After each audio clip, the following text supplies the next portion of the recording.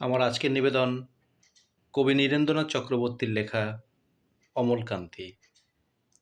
অমলকান্তি আমার বন্ধু। স্কুলে আমরা একসঙ্গেই পড়তাম।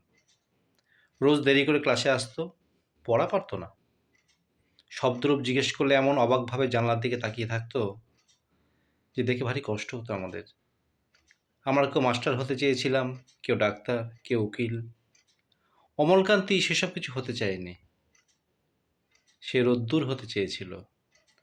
ক্ষান্ত বর্ষণ কাক ডাকা বিকেলের সেই লাজুক রোদ্দুর, জাম আর জামরুলের পাতায় যা নাকি অল্প একটু হাসির মতো লেগে থাকে। আমরা কেউ মাস্টার হয়েছি, কেউ ডাক্তার, কেউ উকিল। অমলকান্তি রোদ্দুর হতে পারেনি। সে এখন অন্ধকারে একটি ছাপাখানায় কাজ করে।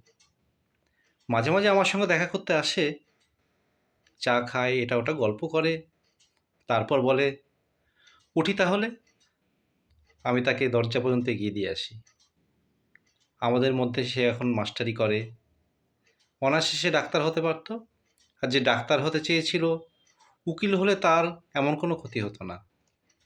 অথচ সকলেরই ইচ্ছা পূরণ হলো একমাত্র অমলকান্তি ছাড়া। অমলকান্তি রোদ্দুর হতে পারেনি।